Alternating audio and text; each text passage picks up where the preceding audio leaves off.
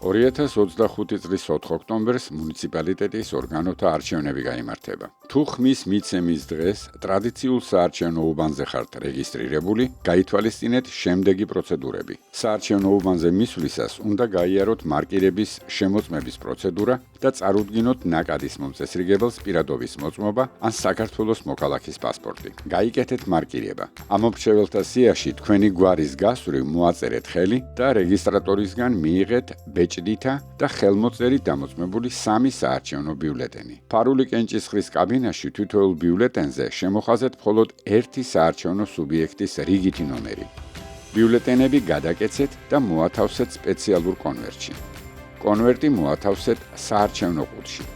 გაითვალისწინეთ, ხმის მიცემა ფარულია. საარჩევნო კაბინაში ფოტო-ვიდეო გადაღება აკრძალულია. ბიულეტენის კენჭისყრის შენობიდან გატანა დაუშვებელია.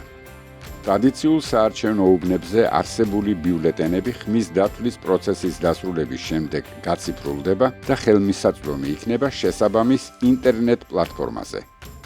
CESCO არჩევნები საერთო საქმეა.